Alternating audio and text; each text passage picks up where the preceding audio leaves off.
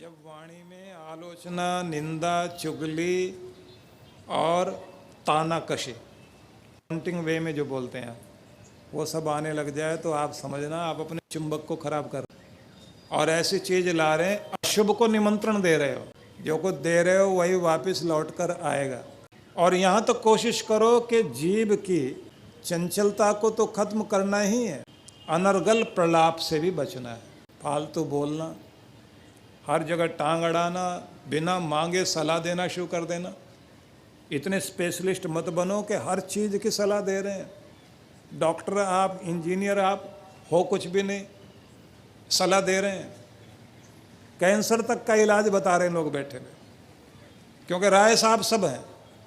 अपने देश में राय साहब बहुत मिलते हैं, राय देने वाले लोग जो है ना, किसी चीज़ की राय ले लीजिए और नुकसान होगा तो रिस्क दूसरे का, अपना थोड़े ही। अपना तो सलाह देने का काम है, मज़ा आता है। तो बचें इससे। मस्तिष्क की जो भीड़ है, विचारों की भीड़, अकेले बैठे होते हैं ना, मस्तिष्क में विचारों की भीड़ चलती है, और जब भीड़ में बैठे होते हैं तो बहुत अकेलापन लग रहा होता है। इस भीड़ को खाली करिए, मस्तिष्क को खाली कीजिए, शांति आएगी, शक्ति आएगी, सही दृष्टि आएगी। जैसे दुनिया भर में भीड़ है, आप जैसे यहाँ बैठे हैं ना, अगर आप कोहनी भी इधर उधर लेकर जाएं तो दूसरे को लगती है ना। और अब तो शहरों की हालत इतनी ख़राब हो गई, कोई कहते ना कि बॉम्बे में कोई गांव का कुत्ता चला गया तो वहाँ के जो कुत्ते थे ना, वे सब के सब उसे भौंकने लगे। उसने कहा भाई भौंकते क्यों और इस तरह से क्यों भौंक रहे हैं और मजाक क्यों उड़ा रहे हो? बोले अनपढ़ है, जाहिल है, गंवार है, यहाँ चला आया। बोले हम भी तो तुम्हारी भाषा बोलते हैं, तुम्हारे जैसे रह चलते फिरते हैं, खाते पीते हैं, हमको अनपढ़ क्यों बता रहे हो? बोले मैनर्स नहीं है तुमको तो। बोले भाई इतना क्या सब कुछ कह रहे हो तुम गांव से आए हो ना पक्का? उन्होंने कहा तुमने पहचाना कैसे? वो गांव वाले कुत्ते ने कहा। बोले पहचान लिया। कैसे पहचाना भाई? बोले यहाँ जो है ना, जो तुम खड़े होकर के पूंछ ऐसे ऐसे हिला रहे हो, इससे पहचान लिया। बोले इससे कैसे पहचाना? बोले बॉम्बे में जगह नहीं होती, यहाँ पूंछ ऐसे ऐसे हिलानी पड़ती है, यहाँ ऐसे नहीं हिलानी पड़ती। वो गांव वाला जो होता है वो ऐसे हिलाता, पुराना स्टाइल, ऊपर नीचे कर, पढ़ा लिखा हो जाएगा। तो ये तो मजाक की बात हो सकती है क्योंकि जगह नहीं है। आप देखते ना ट्रेन में, जो लोकल ट्रेन बॉम्बे की चल रही होती है, वहाँ से जो रेला बाहर आता है, इतनी भीड़ धकाते हुए लोगों को ऐसे लेके जाती, गाड़ी से ही देखते हैं, हैरान होते हैं। वहाँ तो आदमी अगर एक दूसरे के साथ खड़ा हुआ हो और अपने पीठ खुजाने लग जाए, दूसरे की पीठ पे हाथ चला जाता। आदमी कहता भाई साहब अपना अपना खुजा लो, दूसरे पे क्यों हाथ लगा रहे हैं? बहुत भीड़। लेकिन आप सोचिए लोग सांस कैसे लेते होंगे, चलते फिरते कैसे होंगे, अजीब लगता है ना। अब मैं बात को घुमा रहा हूँ, आपके मस्तिष्क में भी ऐसी भीड़, सांस लेना मुश्किल, जीना मुश्किल। तो ऐसे जगह पर आप बैठे हुए हों जहाँ सांस लेना मुश्किल, खड़ा होना मुश्किल, तो कितनी घुटन लगती है।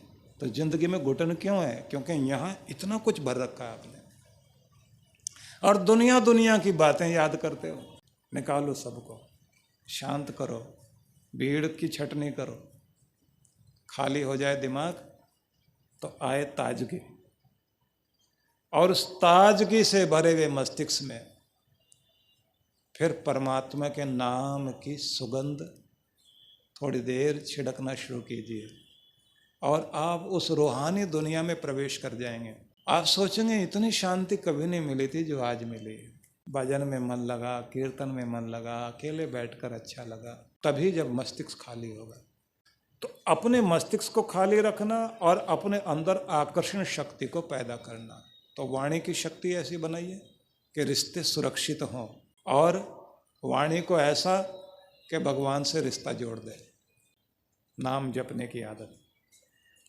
फिर देखिए शक्ति आकर्षण वाली वाणी की भी है, दृष्टि की भी है। लक्ष्य को देखना, प्रेम आंखों में भरना, मुस्कुराहट चेहरे पर लाना, वाणी में माधुर्य रखना, ये सब वो आकर्षण है जो आपको बांधता है, खींचता है।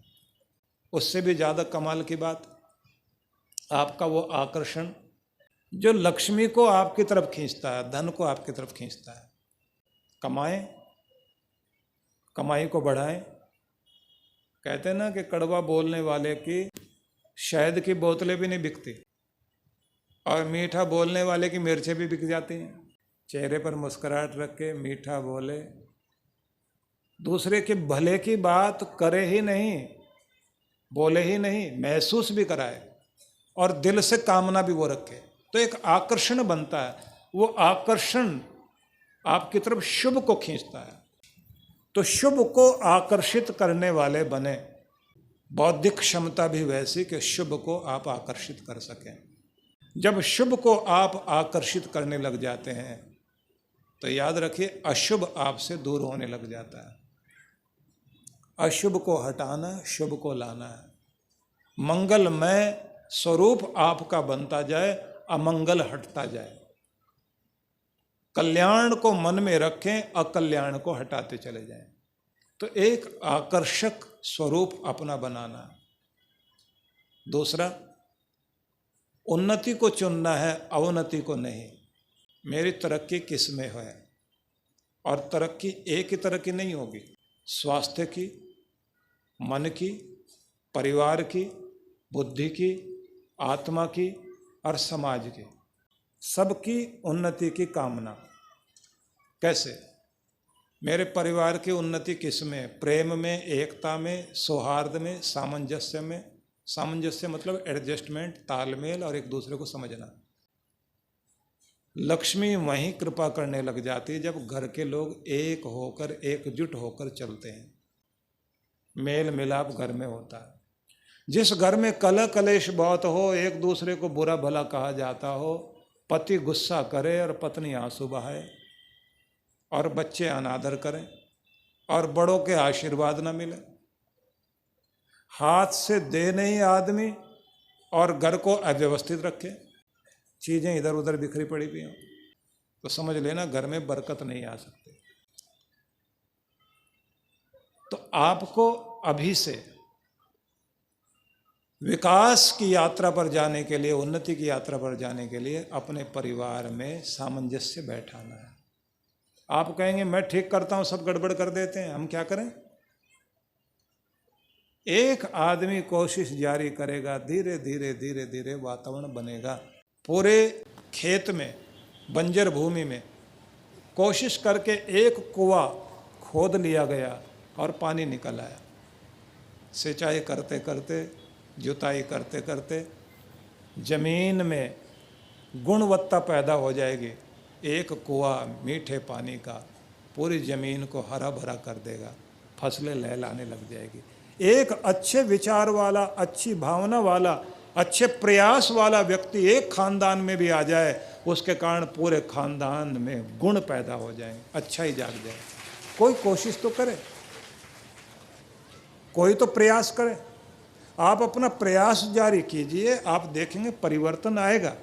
आप किसी और के बारे में मत सोचिए, अपने बारे में सोचिए कि मैं ये कोशिश करूँगा, मैं प्रयास करूँगा, मैं वातावरण लाऊंगा।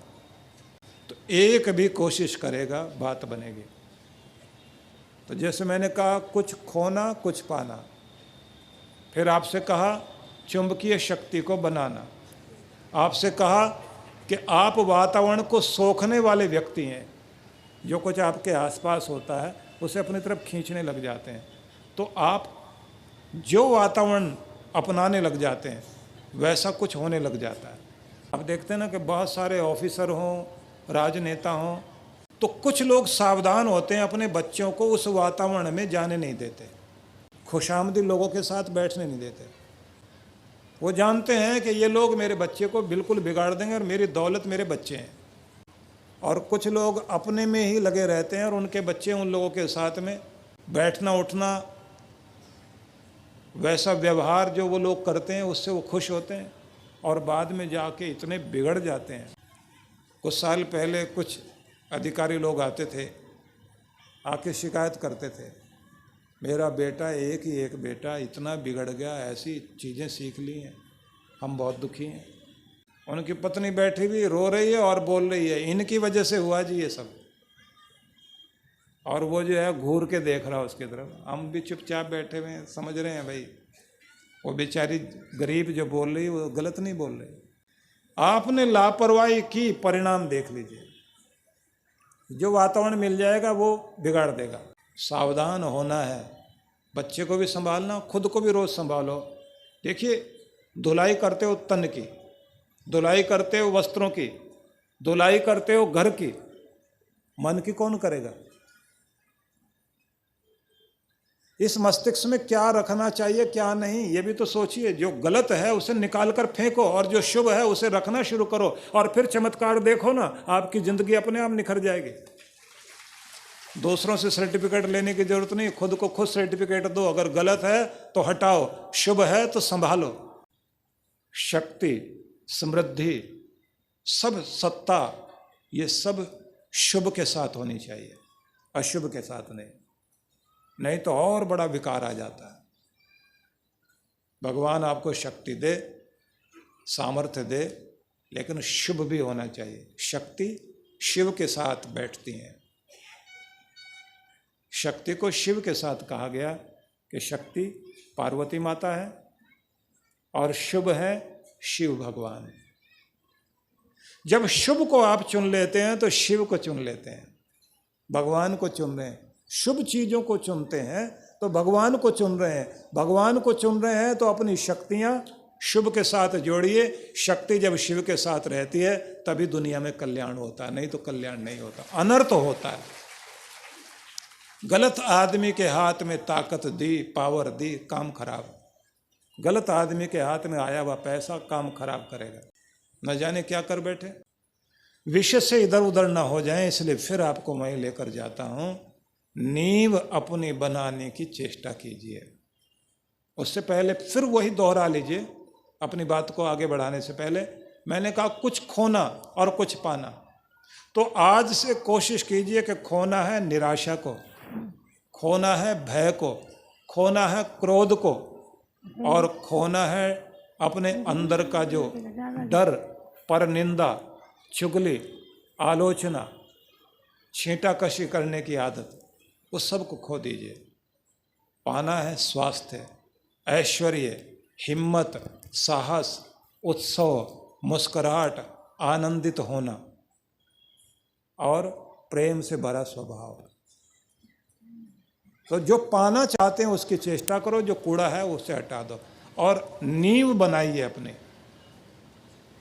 अपनी इमारत की नींव मजबूत करो। जैसे किसी सुंदर फूल को देखते हैं तो वो खिले हैं उस पौधे पर जिसकी जड़ें जमीन में गई हुई हैं। वो जड़ें किसी बीज के कारण है, तो सही बीज ही सही फूल देगा। मतलब कुछ कारण होते हैं जिंदगी में, वो उनका सही चुनाव अगर हो तो जिंदगी में सही फूल खिलते हैं। अगर उन चुनाव में गलती कर दी, बबूल के बीज बो दिए और गुलाब की चाह कर रहे हैं, तो संभव नहीं है। बुरा करते हुए भला नहीं हो सकता, गलत चलते हुए अच्छा नहीं हो सकता। तुम्हारी नींव मजबूत हो, तुम्हारे बीज सही हों, तुम्हारे कारण सही हों, उस चीज़ पर ध्यान देना शुरू करें। इस बात को थोड़ा समझिए, जिस बारीकी में मैं आपको ले जाना चाहता हूँ। मजबूत नींव पर इमारत टिकती है। मजबूत कंधे अपना भी बोझ उठाते हैं और दूसरों का भी उठा लेते हैं। मजबूत इरादे वाला आदमी अपना भी भला कर लेता है, दूसरे का भी कर लेता है।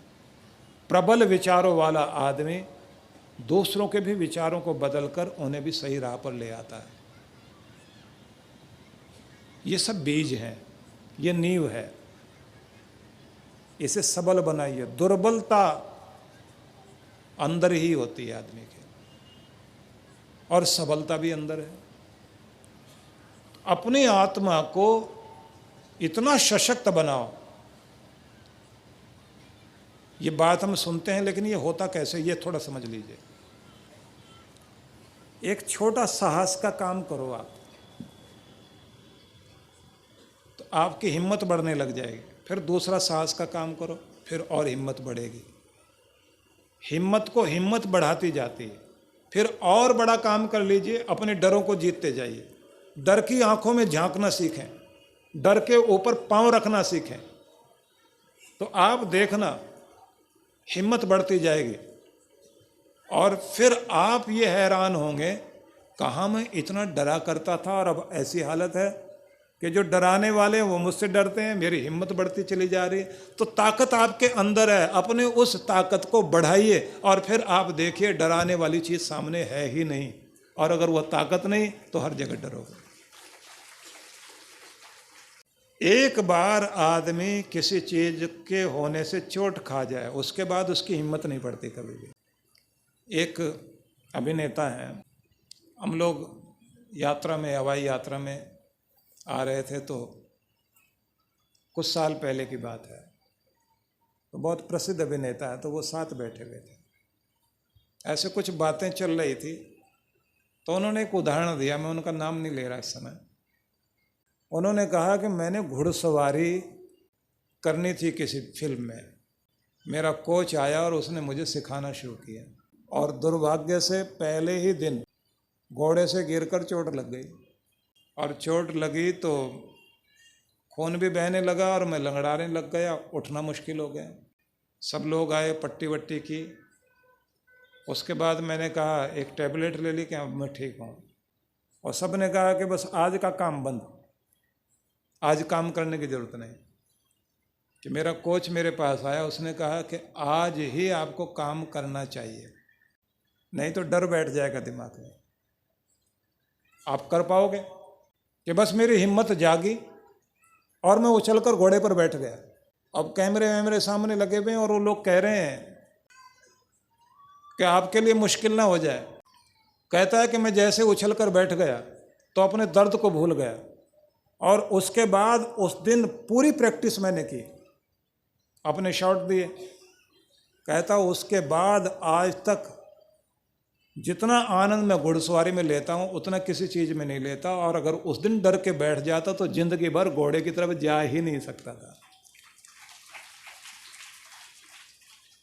तो उसने कहा कि जो डराने वाली चीज़ है, मेरे कोच ने, मेरे निर्देशक ने जो मुझे समझाया था, मैं उस चीज़ को समझ भी गया, और मेरे अंदर खुद की डरों से लड़ने की, खतरों से लड़ने की आदत है। उस दिन मुझे अपने खतरों से लड़ने की ताकत है। अब मैं निवेदन करना चाहता हूँ आप सबको, आपकी ज़िंदगी में भी कोई हार, कोई दुख, कोई बीमारी, किसी आदमी की डांट, किसी ऑफिसर के सामने आप गए हों और उसने बहुत बुरी तरह डांट दिया हो, अब किसी भी ऑफिसर के पास जाते हुए, ऑफिस के सामने जाते घबराहट होती है,